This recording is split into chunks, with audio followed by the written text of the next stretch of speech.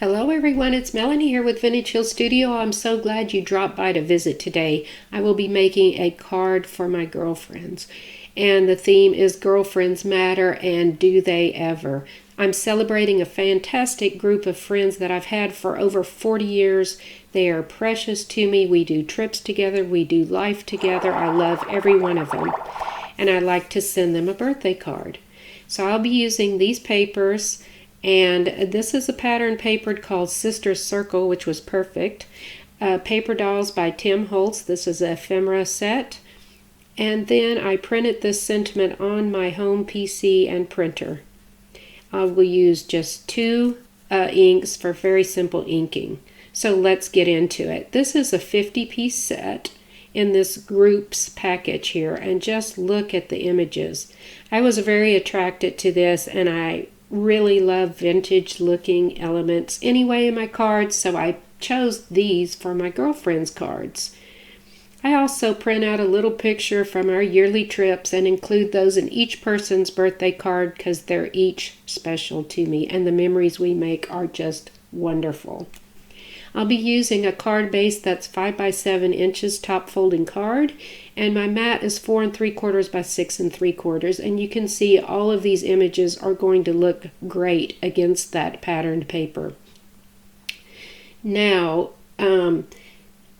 keep trying different things, see what you like the best. I'm going to work with this bigger image to start with, and I like to use liquid adhesive for my mat, because that allows me a little wiggle room to move it around on the front of my card until I've got it what I feel like is perfectly aligned. I like to line up my mat looking at all four corners, and then you can see by using the liquid adhesive I can make slight adjustments. If I were to use a tape runner, it would stick immediately to my cardstock, and then if I tried to adjust or move it, it possibly could tear the cardstock. So that's just a little tip about using the liquid adhesive.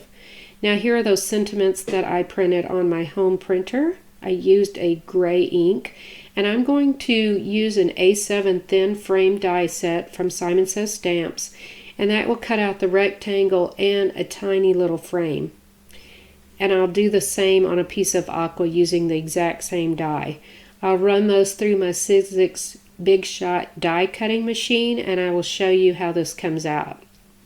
So again, this one die cuts out the rectangular part in the center, and then also a very thin frame that fits perfectly around your rectangular die cut. Now I'm using a Spellbinder's tool-in-one here to help me release this tiny frame. Just simply put it through the holes of the die and then pull out your frame. Now I'm going to discard this one because, like I said, I want to get a frame using that aqua color. And I like that because the image itself, is kind of that sepia tone. And I want this to pop a little bit. So I chose to pull the aqua from my printed pattern paper, and that's why I want this aqua frame. So it will only take a second to pop this out, and I'll show you how that's going to look like, what that will look like on top of that gray marbled paper. It's just the right little pop of color. All right, there we go. That's going to look great. Now, this looks pretty good on top of my image. I mean, it's not bad, and I've got my little aqua frame going on there, but I felt like it needed a little more blending. So this is where those two colors of ink come in. One's a gray and one's a brown. And then I use these little finger daubers, and you just simply push that onto your ink pad, and you can see you can move that ink onto whatever you want. So here I'm blending the gray and the brown, and I think that gets pretty close to the colors on my image. So I'll simply move forward and start inking around the edges of that little rectangle. Now this does not have to be perfect. You don't want it to be perfect. You're just putting a little color on that plain piece of paper in an effort to coordinate the colors across your card. Okay, I'll come right behind that while that gray is still wet, coming over with the frayed burlap, and I'm going to get that nice blended shade like I did on my scratch paper there. All right, that's all I need to do. And now look what this looks like against their dresses. Much, much better. Come over with my little aqua frame. You can see how this is going to come together. Okay, and I think I will possibly mat that over to the left-hand side.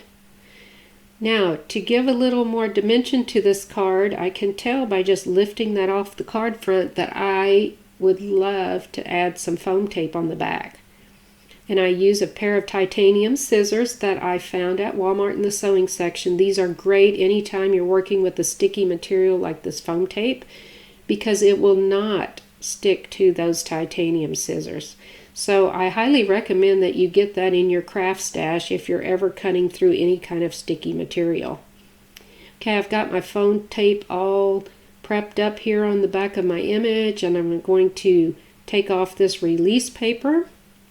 I'm not going to make you sit through this watching me do all of that. And once I get all my release paper taken off, I will simply mount that image to the front of my card and give it a little press.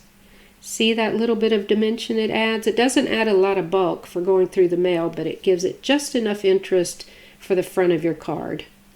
Again, I like the way this looks over to the left-hand side, and to help me mount that rectangle and the frame, I'm going to cut a separate little piece of cardstock. And all I did was take that die and measure it using my grid mat there, and then I'll get this all adhered to the front of that little piece of cardstock. It gives me a little more stability and something to glue that frame to. And I'll show you why I did that, because I'm going to pop up one side of that sentiment on the front of my card as well. And in order to do that, I needed that cardstock backing. So here I took some spray adhesive. Anytime I'm working with very fine or delicate die cuts, I like to use a spray adhesive.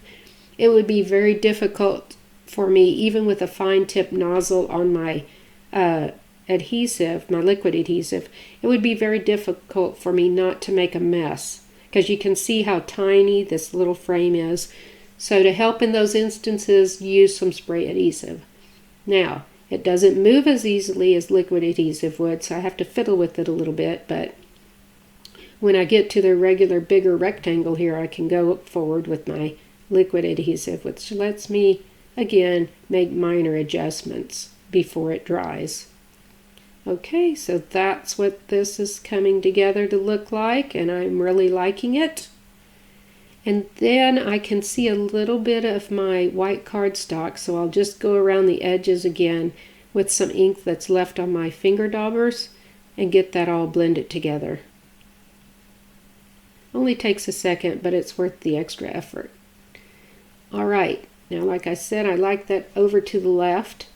So in order to make this properly align across my popped up image, I will use a little bit of foam tape to the left of my sentiment, and then I'll come back with some liquid adhesive on the right side, and this will align across as far as the dimension is concerned. See, just like this. And that finishes the front of my card for today. Now to help me make sure I have that aligned, I can use a little T-square ruler. I see that's straight, so I'm calling it good. Here's a close-up look on my card. I hope you enjoyed this video today. It was so much fun to make these. I have each girlfriend in mind as I will go through making these cards. I did a little pop-up feature on the inside, and I'll show you a close-up look on that here in just a second. This is what it looks like from the side. And I actually have a short little snippet video here to show you how this functionally works. So when you open the card, the inside sentiment pops up like this. And I hope that each one of these girls will have a very happy birthday, knowing how special they are to me and to one another. What a special blessing to have such great friends. So yes, I love celebrating each and every one of them, and I hope they will enjoy their card and the little picture that I insert for many years to come. I love to line my envelopes as a special feature just to close this out. If you're interested, visit my YouTube channel looking for easy peasy envelope liners, and happy crafting, everyone. Please feel free to subscribe, like, leave me comments. See you next week.